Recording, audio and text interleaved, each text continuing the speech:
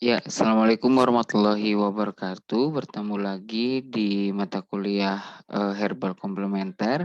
Kali ini kita akan membahas mengenai herbal untuk obesitas. Obesitas merupakan suatu masalah yang eh, penting sekali untuk dibahas karena ketika seseorang memiliki gangguan obesitas, maka mobilitasnya akan berkurang sekaligus memicu berbagai penyakit dalam tubuh, termasuk yang saat ini sedang berkembang yaitu COVID-19 sangat berisiko sekali di orang-orang dengan obesitas.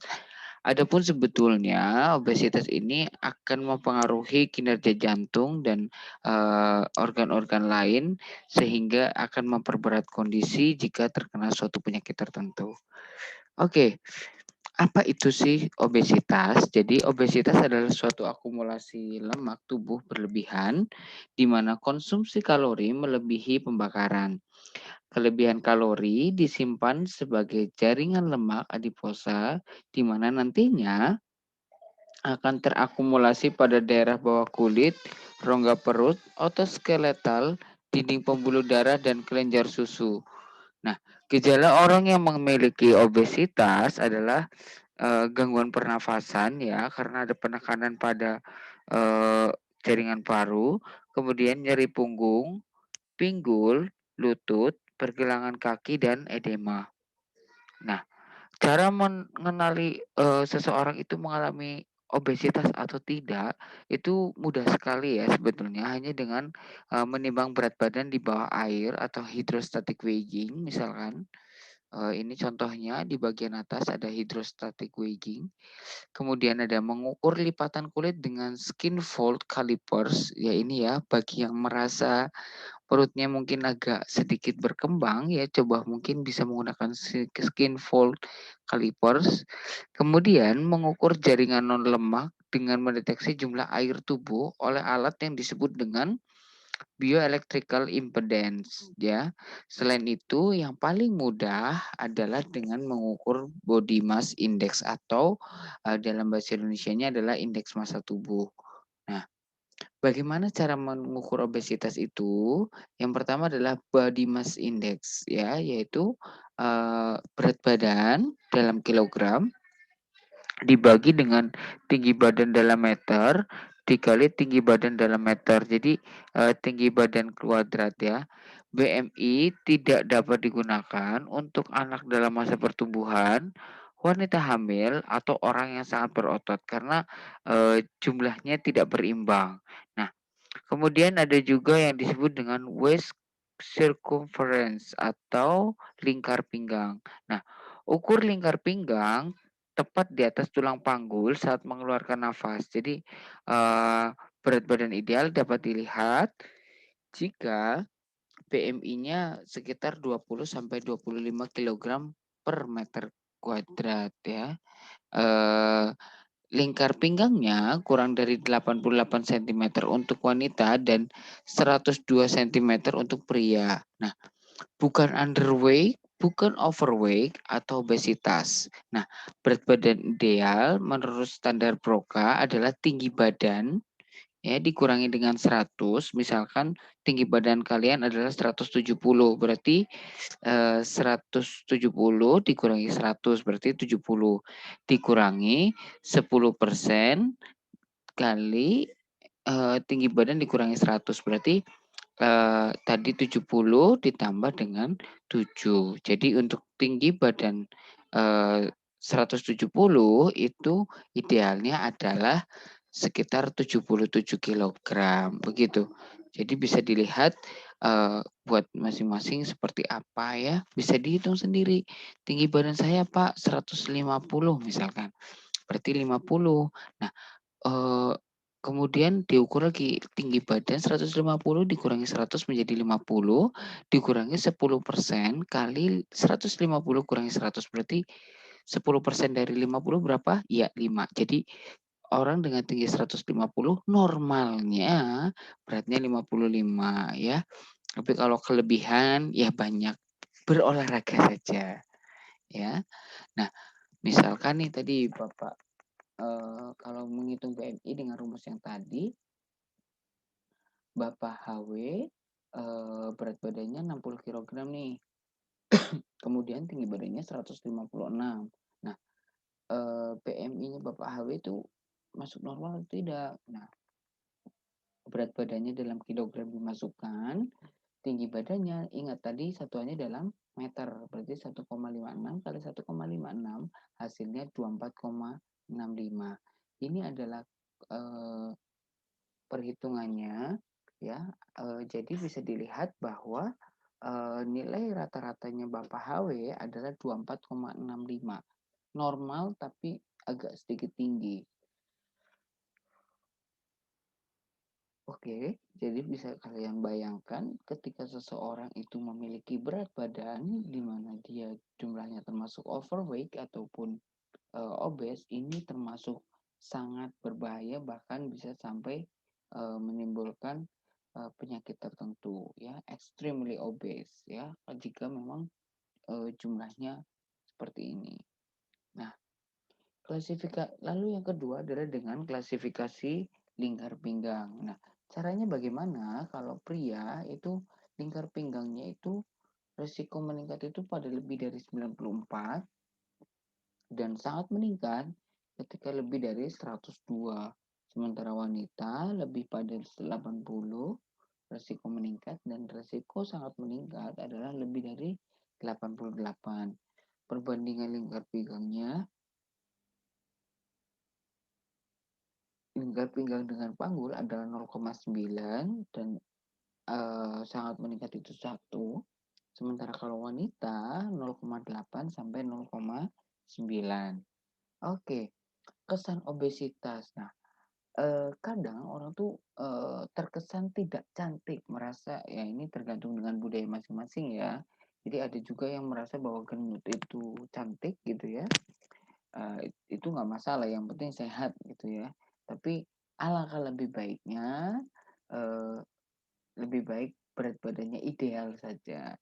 Kemudian eh, sebagian besar karena mungkin budaya juga, biasanya orang gemuk atau orang mengalami obesitas itu pergerakannya terkesan lamban, dan ketika dia diberikan impuls tertentu dia lebih emosional ya, kemudian rentan terhadap penyakit metabolik seperti hiperkolesterol, diabetes, hipertensi, aterosklerosis, jantung koroner, dan stroke. Nah, ini adalah dua tipe orang gemuk ya. Ada obesitas tipe pir dan obesitas tipe apel. Jadi kalau tipe apel itu di atas panggul, sementara tipe pir itu berada di panggulnya ya. Lebih banyak di perutnya kalau apel. Nah, lalu bagaimana sih mengatasi obesitas ini? Nah, kan banyak sekali obat-obat pelangsing ya. Coba kita lihat apakah kita bisa memulainya dari sesuatu yang natural atau herbal ya. Pertama adalah perubahan perilaku, yang kedua olahraga, pengaturan pola makan atau diet, terapi obat, pembedahan, dan akupuntur.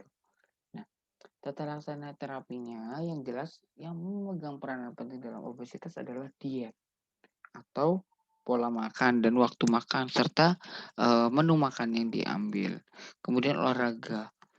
Kemudian ada juga obat anti hiperlipidemia. Fungsinya apa?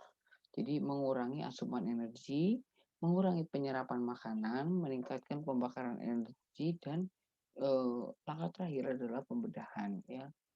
Jangan sampai hanya karena obesitas saja kita harus melakukan pembedahan. Nah, diet itu ada dua macam, yaitu diet rendah kalori dan diet sangat rendah kalori. Jika diet rendah kalori itu biasanya menurunkan berat badan 8% selama 6 bulan. Sementara kalau sangat rendah kalori itu lebih cepat, sekitar 13% selama 6 bulan.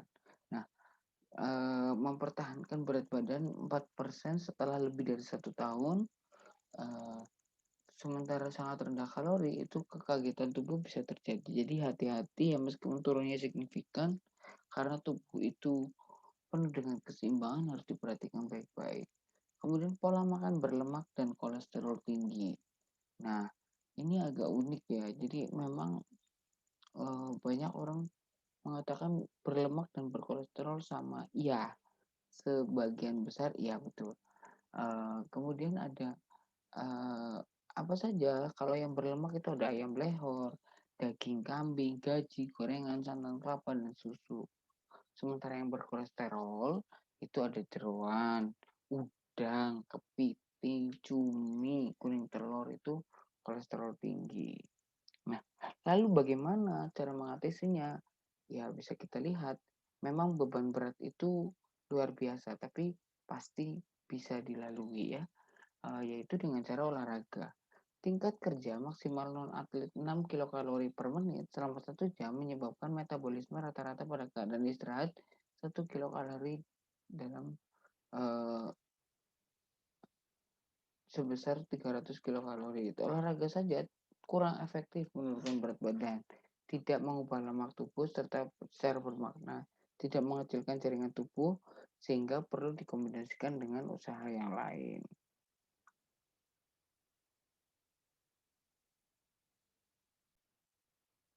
Iya, jadi prosedur berikutnya adalah prosedur yang disebut dengan surgery atau pembedahan. Ini setiap orang tidak ada yang ingin ya pembedahan seperti ini ya, di mana pembedahan itu fungsinya adalah mengeluarkan jaringan lemak ya dari atau liposuction ya, namanya liposuction. Nah, bagi penderita obesitas yang sangat parah, BMI-nya lebih dari 40, dan penderita obesitas agak parah, yaitu lebih dari 35 dengan komposisi kesehatan atau komorbiditas yang sangat serius. Nah, pembedahan dapat menghasilkan penurunan berat badan dalam jumlah besar yang biasanya dapat dipertahankan selama 5 tahun. Nah, penurunan berat badan ini setelah pembedahan ini dengan cepat, selanjutnya bertahap secara perlahan sampai lebih dari 2 tahun. Nah, liposuction atau yang tadi ya sedot lemak lah gampangnya itu dilakukan dengan alat sedot lancip ya tahun 1975 di Italia atau sedot tumpul tahun 1977 di Prancis dan Amerika. Saat ini dikenal dengan dua cara pembedahan yaitu vascular bandit, gastroplasty, dan Rocks and Y gastric bypass atau GBP. Nah, sering terjadi komplikasi, contohnya hernia pada dinding abdominal, kemudian gejala penyakit gastrointestinal ya. Nah, lalu bagaimana fitoterapinya? Nah, kalau tadi ada pembedahan, ada obat-obatan, mungkin bagi sebagian orang, aduh, ya ampun, apa ya harus seperti itu?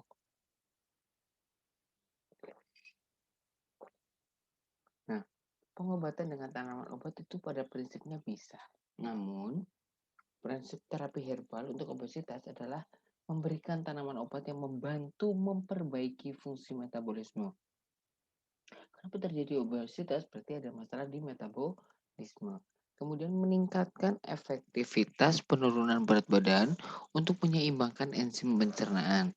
Selanjutnya, mengurangi jumlah makanan berlemak, berkarbohidrat atau bergula, berprotein. Meningkatkan jumlah energi yang digunakan. Nah, pengatasan obesitas dan dislipidemia dengan obat bahan alam itu fungsinya mengurangi masukan lemak dan kolesterol, menekan nafsu makan, menghambat absorpsi, laksatif atau laksansia, menghambat enzim lipase dan mengonsumsi lemak yang tidak membentuk kolesterol. Selain itu, juga menurunkan kadar kolesterol itu menghambat biosintesis kolesterol, memacu produksi cairan empedu, dan menyerap lemak.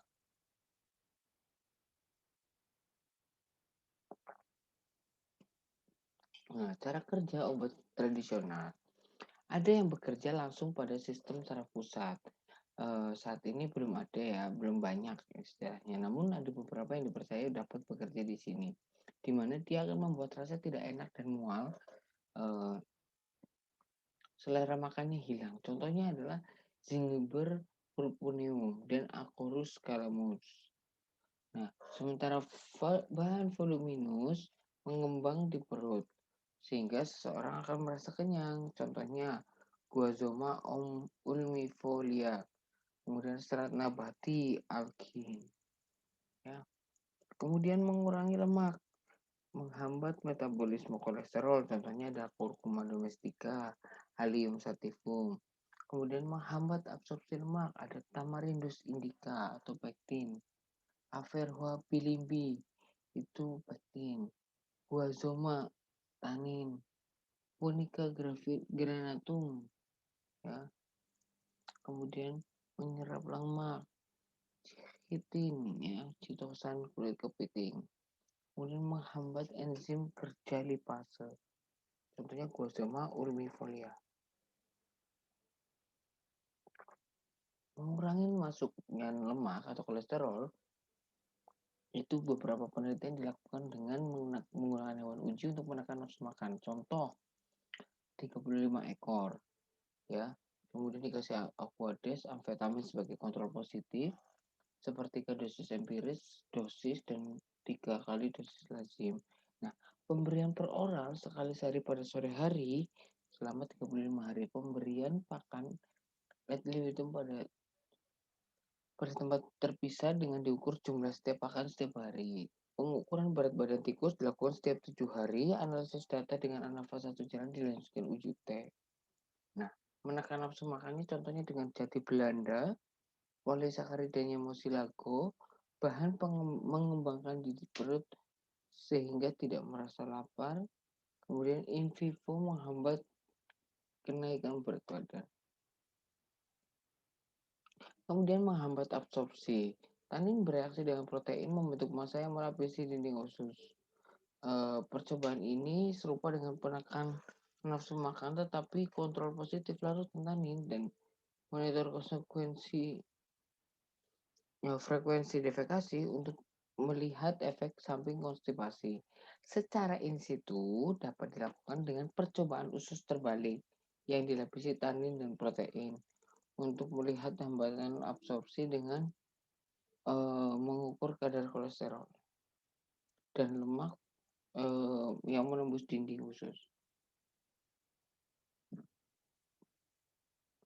Menghambat absorpsi masih ada teh, kemudian kayu rapat, kayu buah delima, dan gambir.